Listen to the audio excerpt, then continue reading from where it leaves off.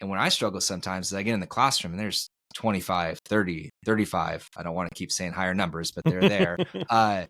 There's a lot of students in there. And I feel like while I'm trying to like listen and respond to the one student, I'm also like behavior managing the other students, paying attention to other potential needs.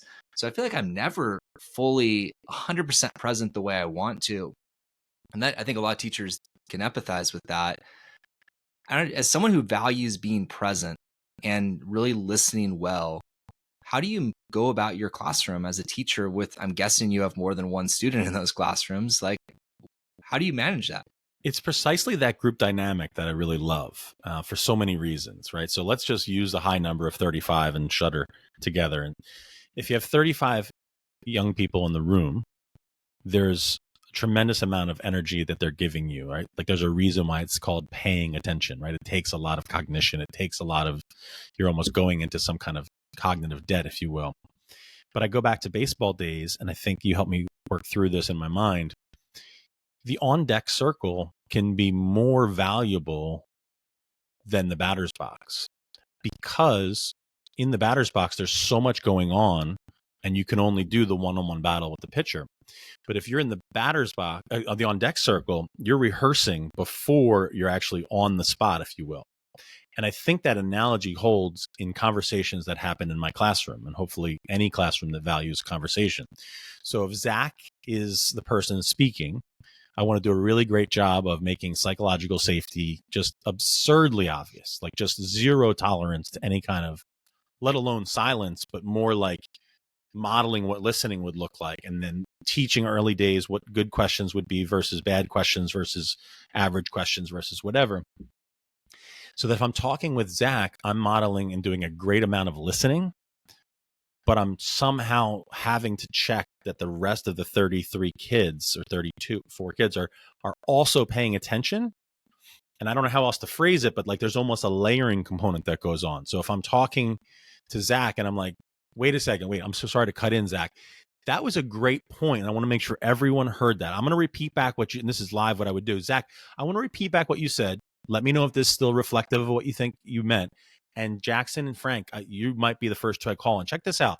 Zach just said it's more important to work on your strengths than your weaknesses. Now, when I hear that, that's not what guidance counselors are typically teaching.